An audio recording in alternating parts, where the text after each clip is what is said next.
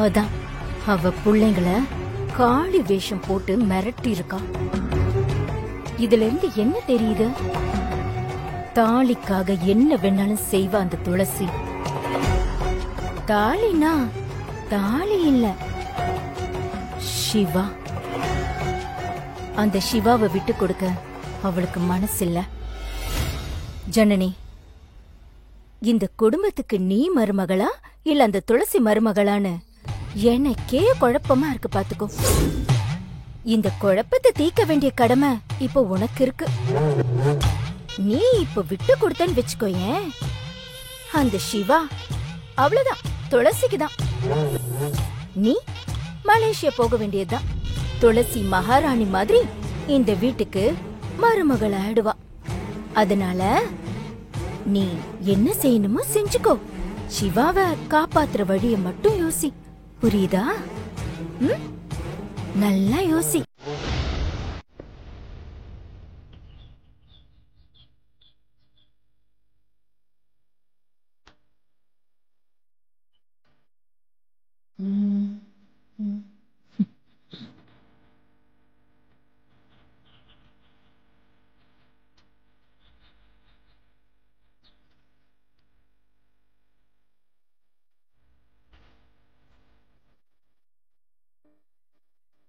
இப்ப எப்படி போறது? கோலம் அழிஞ்சிருமே.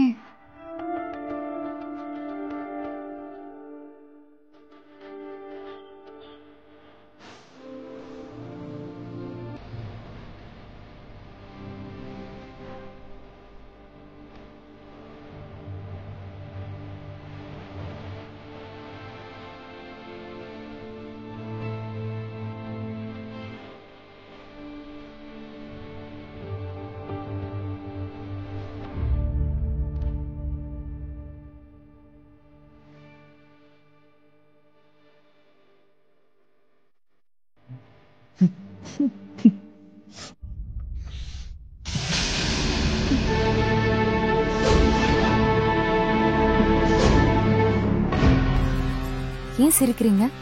இப்படிதான் உங்க வாழ்க்கை வெளியே வர முடியாதபடி ஆயிடுச்சுல்ல? இல்லங்க, நீங்க நினைக்கிற மாதிரிலாம் இல்ல. ஏதோ ஒரு வழி இருக்கதான் செய்யும்.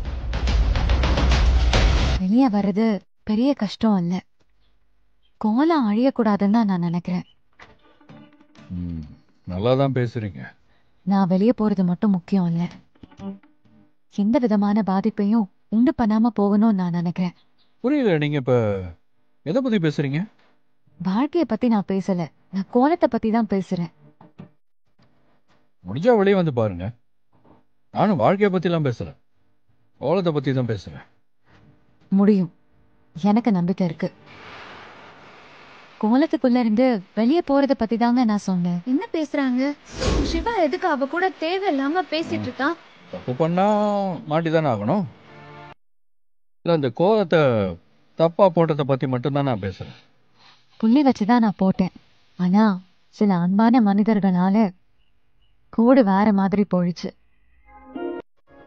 யாரால கோடு மாறிச்சோ அவங்களே இப்போ தப்புன்னு கை நீட்டுறாங்க. புரியலையே, கோலத்தை பத்தியா பேசுறீங்க? இல்ல, என் வாழ்க்கைய பத்தி நான் சொல்றேன். அப்ப முடிஞ்சா வெளியே வாங்க பார்க்கலாம். நான் இந்த கோலத்தை பத்தி மட்டும்தான் சொல்றேன். கண்டிப்பா என்னால வர முடியும். நான் இப்போ கோலம் வாழ்க்கை ரெண்டையும் பத்தி தான் பேசுறேன். வாங்க.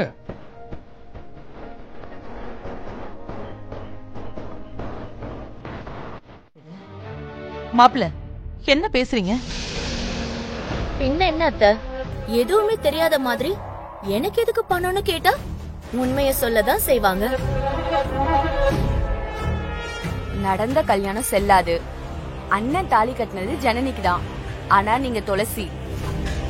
இருந்தாலும் பாவப்பட்டு மாமா உனக்காக கொடுக்குறாரு, எடுத்துக்கிட்டு ஓடி போய். துளசி, இந்த கேஷ் ஜுவல்ஸ் எல்லாம் எடுத்துக்கிட்டு தாலிய கழட்டி வச்சுட்டு போயிடு ப்ளீஸ்.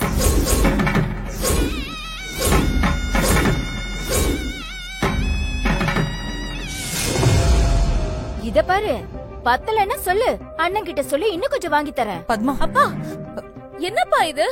இப்படியா பேசுவாங்க? மாமா, ஐயா, இந்த காசுக்கு ஆசைப்பட்டுதான் சிவாவை நான் கல்யாணம் பண்ணிக்கிட்டேன்னு நீங்க நம்புறீங்களா? பின்ன எதுக்கு? ஏய், என்கிட்ட பேசும்போது நீங்க எது குறுக்கால பேசுறீங்க? சும்மா இருக்க மாட்டீங்களா? இப்பெல்லாம் எல்லாருக்குமே வாய் நீளுதுங்க. என்னம்மா அது இப்படி எங்களை அசிங்கப்படுத்துறீங்க? எங்களை பார்த்தா என்ன கொள்ளக்காரங்க மாதிரியாவா இருக்கு? ஐயோ, சத்தியமா நாங்க அப்படி நினைக்கல. இந்த பணம் நகையெல்லாம் துளசிக்கு உதவியா இருக்குமேன்னு தான். எனிவே இந்த பிரச்சனையை கொஞ்சம் சீக்கிரமாவே முடிச்சுக்கணும். இந்த பத்தி நீங்க எல்லாரும் புரிஞ்சுக்கிட்டது இவ்வளவுதான் நினைச்சா எனக்கு ரொம்ப வருத்தமா இருக்கு. துளசி, தப்பா எடுத்துக்காத. கொடுக்கணும்னு தோணுச்சு, அதான் கொடுத்தேன். நீங்க ஒரு வார்த்தை சொல்லிருந்தா மறு பேச்சு பேசாம நானே போயிருப்பேன். இந்த பணம் நகை இதெல்லாம் எனக்கு தேவையில்லைங்கய்யா.